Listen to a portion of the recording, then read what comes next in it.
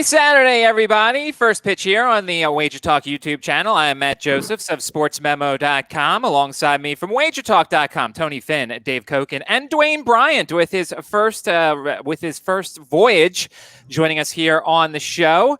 Dwayne, we'll start out with you. How's your season been so far? How was your Friday?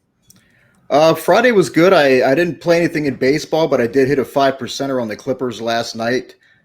Baseball's been really good. I'm at 21-7, 75% on the season, 9-0 on sides. So haven't released anything today yet, but I'm going to get on that as soon as the show's over. Dave and I were both very happy yesterday that the Flyers won, and that was part of a good day for you, wasn't it? No, actually, I went 1-2. I had a bad pick on the Diamondbacks. It's just a bad pick, and got to stay away from Robbie Ray. Either on or against him. He's just one of those pitchers that has to be X'd off. But, it's still been a terrific run, and 1-2 is hardly the end of the world. So we'll get back on track today. Yeah, don't forget. There's still time to get that special. Yes, got it up there for you right now, Dave. It's anything. You get 50% off any purchase, a full day, a year, or a daily package, whatever it is. Use the coupon code KOKEN50. Expires Sunday at midnight, and we'll make sure to promote that throughout the show. Tony, how are you doing, sir? It's a good day. I woke up. You guys know that. When I wake up, it's a good day. So yesterday was a 2-in-1 day. I won my basketball, both my hoops, but I lost my baseball because I trusted a friend of yours, Nola, to Nola's been great this year. He's been successful against the Braves, and then a couple bad innings yesterday. Actually, the Braves put up a 4-7 spot. Braves been good against right-handed pitching, and but I really like the under in that game. And Fried does his part, but the Phillies did not. Fried didn't look the best yesterday, and he had some pitches, only lasted 5 innings, but, I mean, he still got the win and still, rode Aaron Nola, not something you want to back. Well, not yesterday, certainly not. Make sure to hit the like button and smash the bell as well. You will not miss a show. We will certainly be back tomorrow at noon, get you set for our Sunday slate, and then 2 o'clock on weekdays here on the YouTube Wager Talk channel. All right, we just mentioned the Phillies and the Braves. We'll start out there. Wheeler and Robbie Erlin, over under 9.5, 7:10 first pitch for the start time here on the East Coast. The Phillies trade for some bullpen guys, but I don't believe any of them will be ready for this one. Dave, we'll start with you. Yeah, and trading for bullpen guys is generally not a real good idea. We'll see how it works out. The Phillies did give up a decent prospect in the trade, and they also gave Nick Pivetta, who, I don't know, who's got good stuff but has never figured it out. So I actually would think the Red Sox might have gotten the best of that deal. But as far as this goes, look, we didn't see it we've seen it twice in a row now. With Nola yesterday, where that line offered value on Atlanta. And I think it does again here. It's not that Erlin's anything spectacular. Wheeler's the better pitcher. But the Phillies they're just not as good as the Braves. And this is, to me, a situation where you're seeing too much put into the starting pitching as far as the numbers concerned. I make this line Braves 119. And it's going to be a consideration for me. I haven't made any plays yet, but I'm definitely going to have to take a look at the Braves here. We'll wait for the lineups to come out, and that might be what gets me off the game because the Braves are missing some people. So once I factor in the lineups, that number, the 119 I made, might come down a little bit, and it might come down to the point there's no value in it. But I should have played Atlanta yesterday, and I didn't. I can tell you this, it'll be Atlanta or nothing for me here. The Phillies are being overpriced. Yeah, and Tony, I also had the first 5 under in that one yesterday. When you don't see Bryce Harper in the lineup, you figure it's good. I figures that he's going to be in the lineup today. What do you see when you look at Wheeler and Robbie Erlin? Listen, I liked Wheeler last out. He was going against his old team, the Mets. He pitched pretty well, but I would agree with Dave here. If you're going to play against right now, if I'm going to play against the Braves, I took a shot yesterday with Nola, and that he would play, at least would pitch to the form he had been pitching to. And that one inning was bad enough, and they didn't hesitate yanking him. I would be on the Braves here, despite the fact that I trust neither pitcher in truth right now. But I trust the Braves are going to hit the ball. They did it again against the right-hander yesterday. Acuna is hitting the crap out of the baseball, and I expect the same today. Wheeler, when you look, Dwayne, at that Wheeler last year, he had 6.26 ERA against Atlanta. The one good thing is he's going deep in games, reducing the amount of bullpen the Phillies need. What do you like about either side in this one? I don't really like this side in this game. Wheeler, he's had 3 quality starts in 4 starts this season. The only road start was at the Yankees, but it was a quality start. It was a game where he gave up his only home run of the season in 25 2/3 innings. He's got a really good ground ball rate this season, which I like. He's been good at inducing weak contact early in the count this season. That's also a big plus. But like you said, his last 4 starts at Atlanta since 2018, he's given up a 928 OPS and a 207 whip. And the Braves do hit righties well. 123 WRC plus against righties. It's 4th best in the league. They're 7-2 over under at home, averaging 7.1 runs a game. With Erlin, he's coming off his first start of the season. It was in Miami. It was a short start, but it was a good start. 4 shutout innings, only gave up 1 hit, 5 strikeouts, no walks. But Miami's weak against left-handed pitching. The Phillies are not. The Phillies, they faced Erlin in Philly in a relief appearance he made for 2 2/3, and they hit him pretty well there. They got 3 homers in 2 2/3 innings. That fits pretty much with the 137 WRC plus the Phillies have against lefties this season. They've been 2-0 over under on the road against lefties, averaging 6.5 runs a game. And when I look at the umpire, we got Chad Whitson behind the plate. He's 4-0 over under in Atlanta with an average of 13 runs per game. So given Wheeler's struggles in Atlanta and the Phillies being so good against lefties and their bullpen being so bad, the only way I can look is the over here. By the way, a quick you mentioned umpires, and this hasn't much to do with the gambling because umpires still have their trends and things like that. But if there's ever been a better argument for robo-umps, I don't know what it is, other than what we've seen this year. It is absolutely terrible. These guys, I don't want to hear about consistency. Oh, he's consistent. Yeah, he's consistently wrong. These guys are consistently wrong. It is absolutely abysmal. The worst thing about baseball so far this year hasn't even been the Pittsburgh Pirates with their 5 wins. It's been the home plate umpires as a whole. They stink. You're clearly referring to that 100-mile-an-hour fastball. No, it's right. Well, yeah, that was Angel Hernandez, I think, but who has been terrible for a long time. There's no accountability. No, it's league wide. I mean, every game, they're not calling low strikes. They're calling strikes that are 2 to 3 inches outside the strike zone, which you can't hit that. Okay, it's just really bad, and the technology's there. I think it's time to start a movement. I know they started to do it in some independent leagues last year, and I think it's time to. And I don't want to hear the human element. Nobody has ever gone to a baseball game to see the umpires. Ron Luciano was the most entertaining umpire of all time, and I never heard of anybody who bought a ticket. Oh, I'm going to go see the game because Luciano's working home plate. Got to get these calls right. And it'd be one thing if there were a few missed calls here and there. It is epidemic. I watch a ton of baseball, and it's every game. That's it. I'm done. I'm done with my rant. By the way, just to correct one thing that Tony said, no Acuna, and no Albies as well. There's still no timetable and on no their Markakis, I believe. Right, Markakis is also out, so that's just something I saw in the chat. Game number 2, it is Cincinnati and the Cardinals. Miley against Kim. Miley figures to go a couple of innings. Tyler Mahle will back him up. Tony, we'll start with you in this pitching matchup. Well, I would say that lefty Wade Miley, his first 2 starts have been they've been nothing to write home about. I mean, is Miley the same Miley? Throws to contact. He's 0-2 with what, a 16.2? Am I correct with that ERA? Is that right? It's like 4 innings. Yeah, right. Exactly. He pitched an inning and then he was down for a while and he came back and I think he pitched 2 innings or 1 1/3.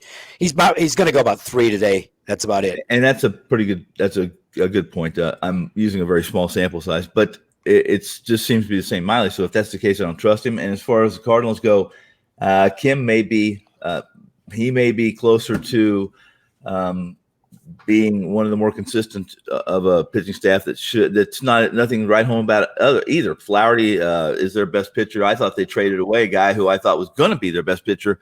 Dave, we've talked about him many, many times in Weaver, and Weaver hasn't been very good this year. So this is a game where I have not one time this year, played on or against the Cardinals. Much of that has to do with that COVID absence they were from, but for the most part, it is because of I have a difficult time reading this team. And a difficult time reading the Reds. They've got a good lineup. It's underperforming in places. What do you make? What did your price this fund, Dave? Let me see. Where is the game? 136. But I had trouble pricing it because Kim is a very small sample and hasn't been real good. And I've never been a big Miley guy. I will tell you this, and the market's been pretty sharp lately, in terms of the actual money moves and not just steam. Looks like it's on the Cardinals here. I'm referring to the sharper market and appears to be on the Cardinals here. So for what it's worth, sharper market had a really good night last night with the strongest winner being the Pirates. Pirates took a lot of sharp money, especially on the first five yesterday, and that turned out to be a win-win, first five and full game. And there were a couple others last night that did the same thing. If for those who regard it, I've still got to do some handicapping on this game, but my initial lean would be to at least look at the Cardinals side. Dwayne, you've got two pitchers who probably won't go deep. You've got two different kinds of bullpens that we're looking at. Of course, Tyler Mahle is figuring the piggyback here. Miley and Mahle for the Reds. What do you think about this matchup? Miley, and again, with both of these pitchers, we haven't seen a whole lot from either one of them this year, and what we have seen hasn't been good. So not really much you can say there. The Cardinals have been weak against righties. Their WRC plus is only 64, which puts them third worst in the league. This will be their first home game. I should say the WRC plus against lefties.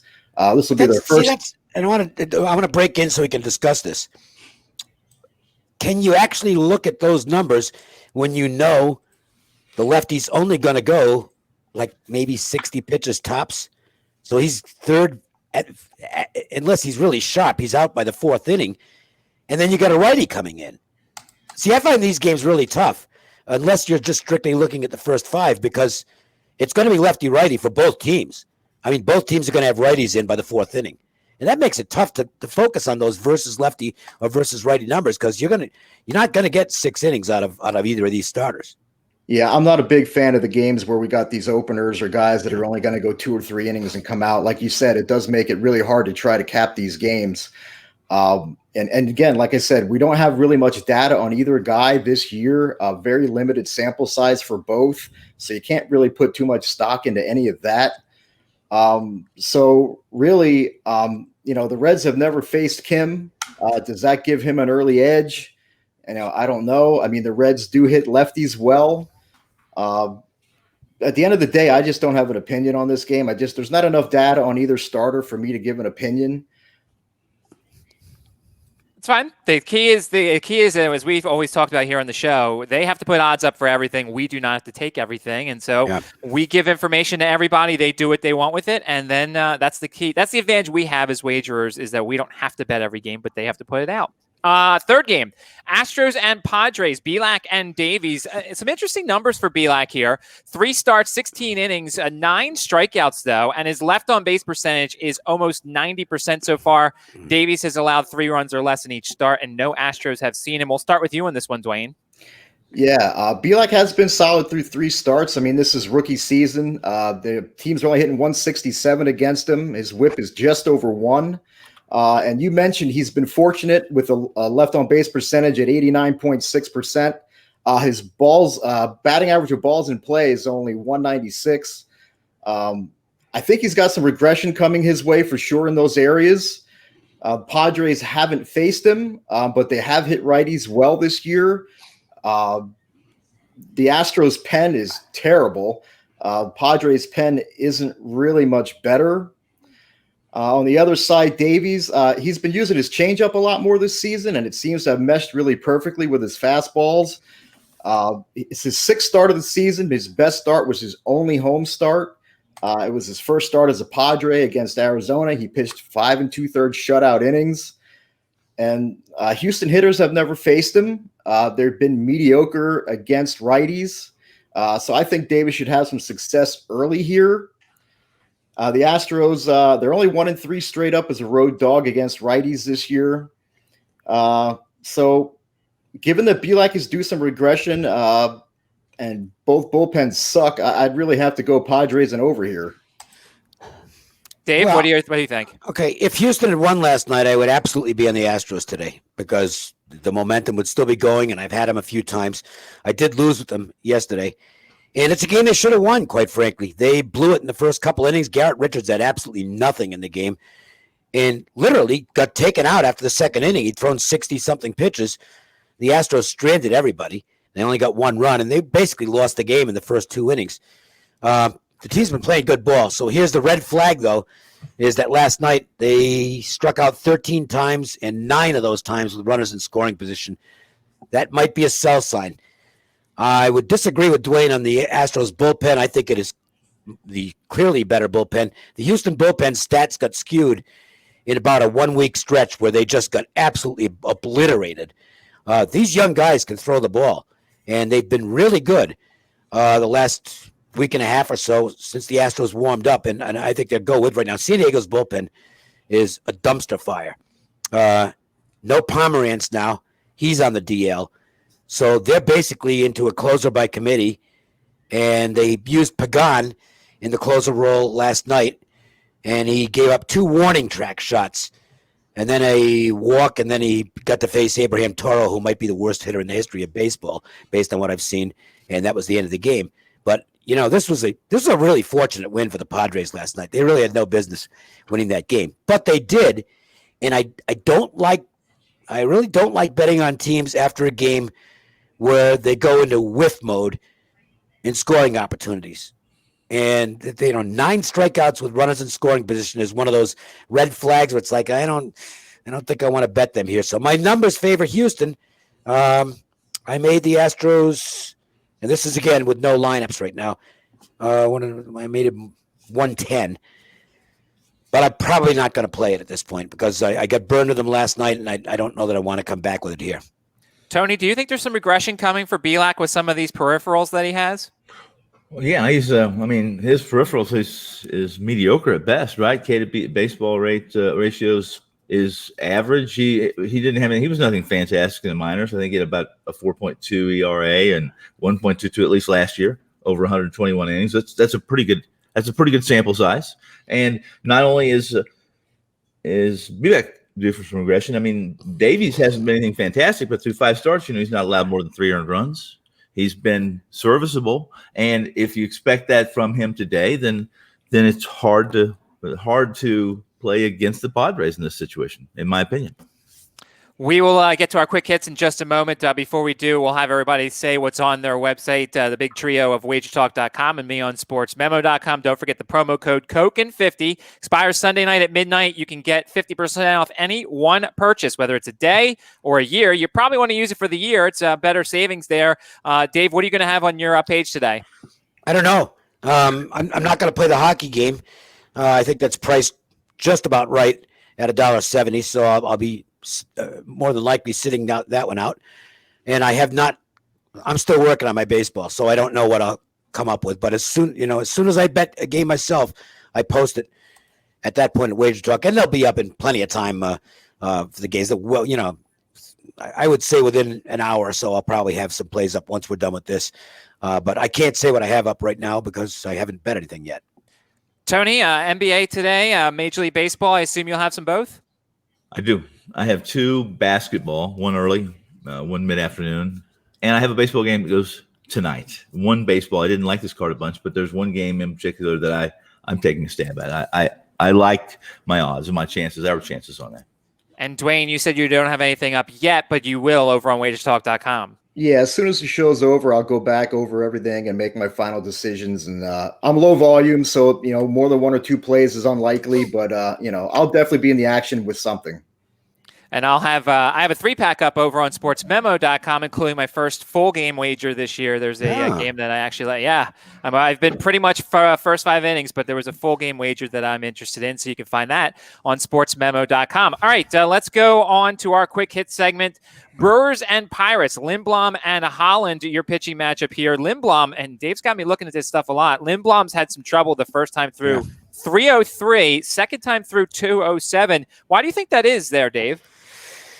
I can't explain it. But it is what it is. I hate using that expression, but it is what it is. He's just not right when he comes out of the pen to make the start. And whether it's something that corrects himself, I don't know.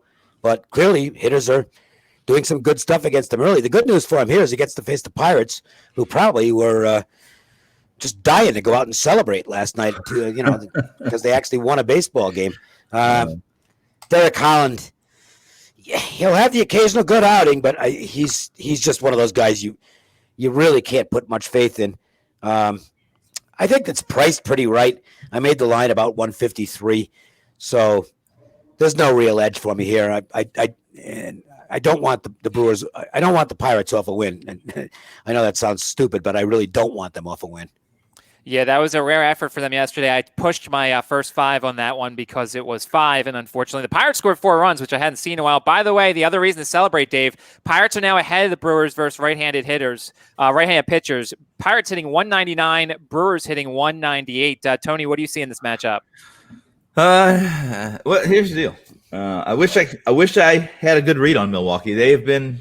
It seems like when I like their situation and their matchup, they don't produce. And when I think that they're in a poor situation, they seem to excel. And if you're going to look at Holland, listen, he hadn't started a game since I think he came out of the pen on Tuesday, didn't he? Pitched a couple scoreless innings. Yep. His last start was August 8th when he gave up, I think, 5 home runs and 9 runs. 5 homers and 9 runs. It's tough to back a kid like that that's playing for a team that can't hit the ball. So, he gave up 4 homers in a row in the first inning. Didn't he? Got that out of the way. That's like some kind of a record. Yeah. Hard to back him. Dwayne, close us out on this game. Yeah, Lindblom faced Pittsburgh in his season debut back in late July, and it was a mediocre start at best, 3 2/3 innings. Gave up 2 runs, 3 hits, and walked 3 guys, and it's mediocre, but yet it's worse than mediocre considering how badly the Pirates hit right-handed pitching. 52 WRC plus and a 555 OPS were both dead last in the league. What troubles me with Lindblom is he's only got a 26.3% ground ball rate this season. I saw that. And he's got a 25% home runs per fly ball rate. So that is not a good combination. With Holland, he was against Lindblom in that game in Pittsburgh. Pitched pretty well, but he did get lit up by Detroit in his other home start. Like Tony said, he gave up 5 home runs in that game. So he's now given up 6 home runs in 10.2 innings at home. So given that Milwaukee hits, a 118 WRC plus against lefties and averaging 6 runs in road games against lefties, and given that the Pirates' pen is so bad, I think the Milwaukee team total might be the way to go in this one, going over on that one. And I also have a free play in this game over on sportsmemo.com. Angels and A's, Canning and Bassett. Hitters are hitting 467 against Canning's slider so far this year, and his whiff rate using the pitch is well below average. Third time facing the opponent. We'll go back to you, Dwayne. Yeah, like you just said, he's faced Oakland twice already this season. He didn't make it out of the 5th inning in either start. Gave up a 1030 OPS in those games. Something, again, troubles me is his ground ball rate is lower than I like. It's only 38%, and his hard contact rate is up over 51%. That combo is a little concerning to me. Bassett, he's allowed 7 runs in his last 11 innings, but those 2 starts were on the road. When he's been at home, he's only allowed 1 run in 11 innings at home this season. So, I lean Oakland here, given Bassett's success at home, and I give the A's the bullpen edge as well. So I like Oakland. Dave, what did you price this game? Just priced it in the 140s, so I think it's a pretty good line. But I think situationally it favors Oakland. Remember that this is a day game in Oakland, and day games and night games in Oakland need to be capped differently because the ball doesn't carry at night in that stadium, and it does carry during the day. So the hard contact guy, here being Griffin Canning, this might not be well suited for him, and I wouldn't be surprised if the A's take him deep a couple of times. I think it's a game where you might consider the over, but I would, it's a day game after a night game, so make sure and check the lineups to see who's playing first. You don't want to take a shot on the over if, Trout's getting a day off or something like that. It certainly would lean to Oakland. The Angels are just a horrendous baseball team right now. And that's more of a problem for them than it is for, say, I don't know. Well, we make fun of the Pirates. It's actually more of a problem for the Angels because they came into the season. The Pirates had no expectations. So they're just showing up and playing baseball.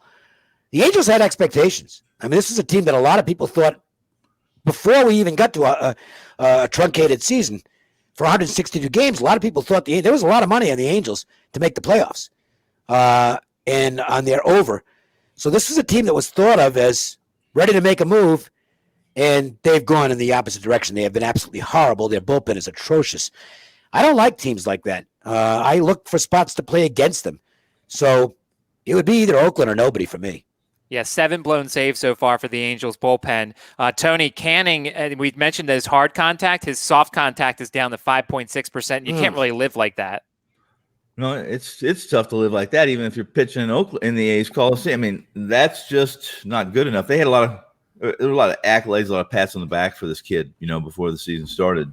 And as Dave said, a lot of expectations for the Angels as a whole. And with their lineup and the Rendon pickup, it's pretty disappointing if you're an Angels fan. There's no way to go here other than the A's. If you're and I think I think the price is fair, and I think it's right. And as poorly as Bassett has pitched his last 2 starts, I trust him at home, and I trust him here. Over 350 people in the chat, and we appreciate everyone who is here, whether you're watching us on Facebook, YouTube. This is the reason why we do it on the weekends, because we want to help you guys out. Wager Talk and SportsMemo.com. Hit the like button, hit the bell. You'll never miss a show. All right, don't forget, fellas, if there's anything that you don't have an opinion on, we'll move on quickly. Jays and Rays. Slagers will be the opener for the Rays. Ryu for the Jays. We'll start with you, Tony. And you said it. I really don't have an opinion here, so I'm going to pass and let move on. Dave? Yeah, I'm looking up Slagers right now because I actually forgot to. I was going to make some notes on him for the show, and then I forgot about it. So give me 1 second to punch him up here. I've seen him once pitch. I think he's 6'11". I mean, he's a tall drink of water, but I don't know how much that's going to help him out. Well, he's imposing. I mean, I'll say that. And he's had some major league experience, and he's just going to be an opener. That's the thing. He's probably only going to go, given the way that Cash uses openers, an inning, maybe an inning and a third or something like that. So this is going to be a mostly bullpen game, and their bullpen's pretty good. He does get it up there, and his strikeout rate's very high, but I don't know who's going to follow him. Makes it really tough for me. But nevertheless, I don't think I want to get in Tampa's way right now, and I'm not enamored with Ryu being favored in this game, even though he's the better pitcher. But this was a scratch out for me. I don't like the openers from a handicapping standpoint. The velocity not there yet for Ryu, Dwayne, but he's still pitching well. What do you think? Now, I'm 100% with Dave here. I don't like these games with the openers either, so I have no opinion on this one. Back to you, Dwayne. Red Sox and Orioles. Martin Perez against Cobb, and Cobb got nickeled and dimed last time out with all these infield hits, and it was killing him. Gave up those 5 runs to Toronto. What's your thoughts on this one? Perez started at home against Baltimore in his season opener. Gave up 4 runs, earned runs in 5 innings. The Orioles do hit lefties well. They've got a 138 WRC plus against lefties and a 900 OPS. Both tops near the top in the league. I looked at Perez, and it looks like his velocity is down, and so is his ground ball rate. It's only 34.3% this year. He has a career average of 50.2%, so that's a significant drop. Boston, they're slightly below average against righties. The Orioles haven't had success with Cobb, but I think the O's are worth a shot here at this price, considering how well they hit left-handed pitching and given that Boston's bullpen is so bad. Dave? I don't remember the name of the movie where it was a movie where Robert De Niro played a patient who was catatonic. I think Robin Williams. Robin Williams was in it, and there was this brief window where he came to life, and and everything was great. And then, unfortunately, he went back to being the way he was. That's the Red Sox. They've been catatonic all season, and I don't think they care. But right now, they're in a little window of life is good. They've won 3 in a row. I would not go against them until they morph back into the dead version of the Red Sox, the catatonic version we've been seeing. Red Sox are past here. Now, Tony, the Red Sox did lose 2 people in their bullpen. Figure Pavetta won't be there yet, neither Seabold. Does that affect anything? Oh, yes. If you're losing people out of the bullpen, there's not a bullpen in baseball right now that can afford to lose anyone, be it pedestrian or good or bad, whatever the case may be. Listen, I thought when Dave was going to go on this rant, I thought he was talking about Cobb. That Cobb showed this window of he had 3 or 4 games there where he was serviceable, and then he gets beat up pretty badly by Toronto last time out. That was misleading though. I happened to watch that game. He wasn't very lucky in that. And I'll game. tell you this: you could be right. There was a couple bounces of the ball that could have gone the other way. It would have been better. But is that Cobb? It seems like can we trust Cobb to go revert back to that uncatatonic state? I would hope so. And listen, Martine's he's been serviceable for a Red Sox pitcher. He's been pretty darn good, as good as any Red Sox pitcher on the staff. So I would agree with you this much. I'm going to be on the Red Sox, or I'm not going to be on this game, and I'm not on this game. Twins and Royals, Brady Singer against Dobnak. Singer seeing Minnesota Awakenings. for the third. It wasn't Patch Adams. It was Awakenings. Oh, good call, Talisman. I knew it wasn't Patch Adams. Awakenings. That was the movie. It was a great movie, by the way. Yes, it was. Great movie. Good. Twins and Royals, Dobnak and Singer. Singer seeing Minnesota for the 3rd time in a row. Tony, back to you on this one. 3rd time in a row. That's if you give me the Twins seeing pitcher for the 3rd time in a row. I don't care who's on the mound. I'm on the Twins, and I'll play against Singer here. And I'll take Dobnak, who's he can't possibly continue with his ground ball rate, but as long as he's throwing 60, 70, 75% ground balls, I'm on him. I'm on any pitcher in the Major League Baseball with a juice ball that's doing such. 65% ground ball rate this season. Dave? Well, as long as his command remains the same, he'll get the ground balls. I made the price 150. Easy pass. Dwayne? It's going to be upper 80s with the breeze blowing out the left center, so the ball should travel well here. I'm looking at Brady Singer here. His strikeouts have dropped from 8 to 4 to 2 over his last 3 starts, while his bases on balls have gone up from 2 and then up to 4 in his last game, which was also against Minnesota. Now, is that fatigue, or is that just Minnesota figuring him out, having faced him 2 straight times already? Likely a combination of both. So I think the Twins team total is worth giving a look at, considering they've faced him 2 times already. And they averaged 6.3 runs in their 6 games as a road favorite against righties.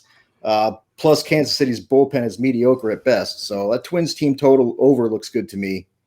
By the way, my mistake. We did skip over the doubleheader. I know for the people who are new, we don't talk as much about the doubleheader. Game 1, Scherzer against Castano, Nats and Marlins.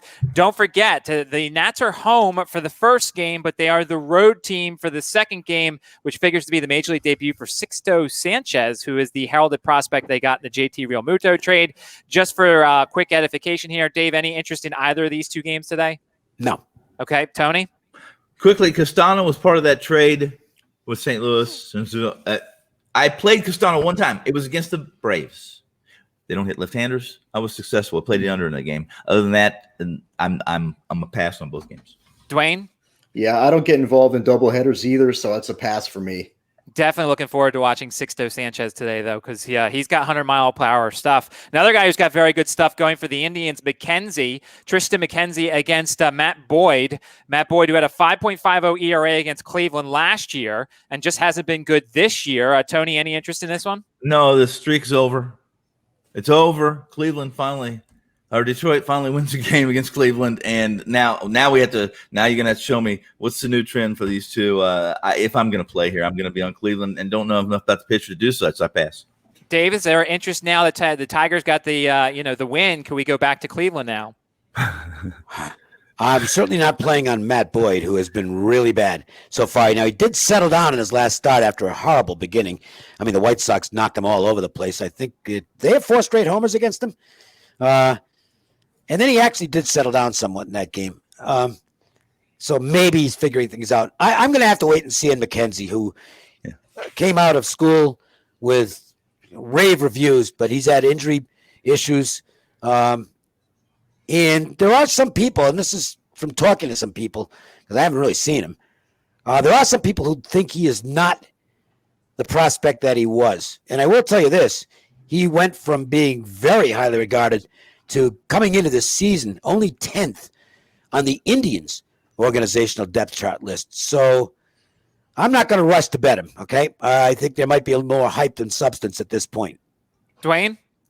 Boyd has definitely struggled, but he's got to be thrilled to not be facing the White Sox because those last 2 starts were against them, and they crushed him. Like I said, 10 runs in 8 2/3 innings, gave up 5 home runs. But the White Sox are the best left-handed hitting team in the league, if you look at the advanced metrics. And now he gets to face the team that ranks as the worst team in the league at hitting lefties. Cleveland with just a 56 WRC plus and a 572 OPS against lefties this year. McKenzie, I don't know. I mean, Detroit, they've averaged 5.9 runs on the road against righties. So I think first 5 innings at plus money is worth a shot with Detroit there. Battle of Chicago. Reynaldo Lopez makes his second appearance after the right shoulder inflammation coming off the IL. He will go up against Hendricks for the Cubs. Dave, were you expecting a different pitcher for this one? No, this is what I had as of last night. So that's the first I looked at it. And I certainly don't want Lopez. The Cubs probably a little bit angry after getting smashed around last night, but they priced it accordingly. Look, the White Sox have been showing life, and they've got a dangerous offense. This might be the type of offense, though, that Hendricks can work some magic against because they do take big swings, and he seems to like facing teams like that. So I think the Cubs will win, but I'm not prepared to. I'm just not going to lay this kind of a price to do it. 178, that's too high for me. Clearly, the wind blowing out, Tony. 10.5 is the total for this one. I made a mistake yesterday. The Cubs were a play against for me. If the White Sox are hitting left-handers, I'm going to be on the White Sox if I trust them. I chose the wrong game. I didn't release the Cubs. I played them personally. I got a little cash on that. But here's your situation. Hendricks at home. I can't play against Hendricks at home. Not the White Sox against the right-handed pitching. I passed. Dwayne, I know you've mentioned umpires. Tim Timmons, who has been an under umpire but has a ridiculously tight strike zone. Where does he factor into this? He doesn't factor into it at all for me. I don't really have an opinion on this game. I think Dave touched on it. The Cubs are the side, but I'm not willing to play him at that price. Rangers and Mariners, a game that's not going to get much attention. Lyles and Sheffield. Back to you, Dwayne. Lyles faced Seattle at home 12 days ago, went 5 innings, gave up 4 runs, walked 4 batters also. So can he make adjustments this time around? We'll see, I guess. Seattle, they're a little bit below average against righties. On the other side, Sheffield, he hasn't allowed a homer in 4 starts and nearly 20 innings this season. At some point, that streak's going to end. But he's been good at home. He's had 2 home starts this season, 463 OPS and a 0.94 WHIP. And he gets to face a Texas team that's only owns a 72 WRC plus against lefties. It's like 5th worst in the league. So I think Seattle's the right side here, but I'm not willing to lay around minus 140. Maybe the first 5 under 4.5 is worth a look, given how sharp Sheffield has been at home and how poorly Texas hits lefties. Yeah, Tony, we've seen Sheffield these last 2 times, 2 runs and 10 hits over 12 innings against the Astros and the Rockies. I have passed on this game because I don't trust either pitcher, even as good as Sheffield has shown the last 2 starts. There's regression in the works. Dave, do you trust Lyle? I made it 120. So Yeah. slight value to the Rangers, not really enough to get me interested because you'd be, even though it's high on Seattle, when you factor in the juice, you're basically at the same price. It'd be like 125 or 130 on Texas, and they're not getting enough. That's the thing when you make a price. If I make a price and it's minus 120, that means it's also plus 120 the other way. So you're not. My numbers don't include the VIG that we have to pay. So therefore, once you factor in the VIG, it becomes basically right on the number. Rockies and Dodgers, Freeland and May. I absolutely love watching May pitch. He just doesn't go deep in games, though. He looked good in his last start, but only went 4 1/3 innings. But as we've talked about, regression continuing for the Rockies, Dave. Yeah, they're no good. So and I've gone through that over and over again, so I'm not going to bother with that again. Freeland's actually been pretty good. Argue he's their best pitcher right now. But I made the line 250, so it's in the right range. Dodgers should win, and if you want to put a parlay together, I would definitely be including the Dodgers. Dwayne, what do you make of what Freeland's done so far this year?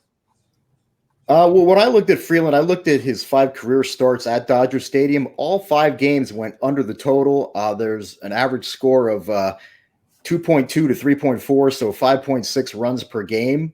And given that the Dodgers are subpar at hitting lefties, and considering how May's made 4 career home starts, 2 last year, 2 this year, the under was 3-0-1 in those 4 games, and there was an average of 5.5 runs scored in that game. Colorado is also subpar against righties, only averaging 3 runs a game on the road against righties. Plus, we've got Doug Eddings behind the plate. He's an under umpire. So I can't go full game because the Colorado pen has been a mess over the last week. But I think the first 5 under at 4.5 is worth a shot here. Yeah, Tony, only 2 Rockies hitters have seen May before, and it was only 1 at-bat for Arenado and Hampson. Freeland's a completely different pitcher this year. If you want to compare him to last year's numbers, I think he has all quality starts, and he gets excited. Listen, he gets excited to play. He likes pitching against the Dodgers. He's verbalized that to the media many times. His 5 starts against the Dodgers have all been pretty good. However, in those 5 starts, he's given up as many walks, 14, as strikeouts. And this was against Dodgers teams that aren't near as good as this team. So the price is right. I mean, Dodgers are going to win, like they've said. How many runs? By how many runs? Final game, D-backs and Giants here. Zach Gallen, who we could just pencil in for a really good outing. He's had nothing but good outings in the majors against Tyler Anderson. Dave, why don't you start us off? Well, I've bestowed all kinds of praise on Zach Gallen since before the season started, and nothing has changed as far as that goes. He's a terrific young pitcher. But the lines have caught up with him now. And the value that was there with Gallen early is no longer there. And this game is a good example. 156 is the price I made, and the line's 157. So next. Tony, any value potentially in the first 5, maybe with the Diamondbacks, the first 5 minus a half? I like Gallen. I mean, if you want to play, if you like Gallen, then there's some value in the first 5. I'm not a big fan of Tyler Anderson's, and I think this is a game where Arizona should win. They're priced to win, and it's if you want to take a shot, why not take a shot on the run line as opposed to the $150? Get a little plus money. Dwayne, close us out. I don't have an opinion on this game. Really, it's too much conflicting data for me. I will say this: Zach Gallen's left on base percentage is 96%. Now he has a career average of 83.7%, which is well above the average. But there's no way that 96% can hold up. He's got some regression coming there. Whether that's today or not, I don't know. It's too steep a price to back Arizona. I can't back the Giants in this spot either, so it's a pass for me. All right, so we've been talking about the DFS stuff, and we've been talking about it quite a bit here. I had another home run, by the way, from one of the guys I recommended, because we had the White Sox guys, and they had a very nice day. Dave, are you going to verbalize your strike here, or are you going to give us something good here? No, I'm getting to the point, and we don't get to play it out here anyway, but so I never have really gone into it in depth as far as whether it's worth playing or not, and I have recently just because I wanted to know more. I mean, they're raking like 15%, and with this excise tax that's now been approved or whatever it is through the internal revenue, that rake is going to go up. And one of the things I preach is value. There is no value to playing daily fantasy sports, in my opinion, unless you're really, really good at it. And then those guys have a tremendous edge over the rest of the field. So I think I'm going to start recommending that you don't take part in something where you're basically getting ripped off. Sorry, you are. You're getting ripped off before the game even takes place.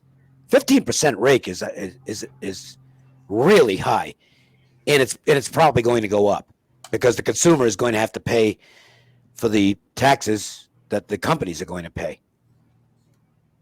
So that was I'm on strike as far as it goes. Oh, man. Well, for the people who already do have money in and do still want to keep playing, I'm going to take a shot with the McKenzie kid because he's a strikeout kid, and he's the cheapest pitcher on the board on both websites. And so that allows you to fill in. I want as many Cubs guys, and I'm taking Bryce Harper off the day off. Tony, I know every once in a while we get a recommendation from you. Anything? I'm going to stick with one team.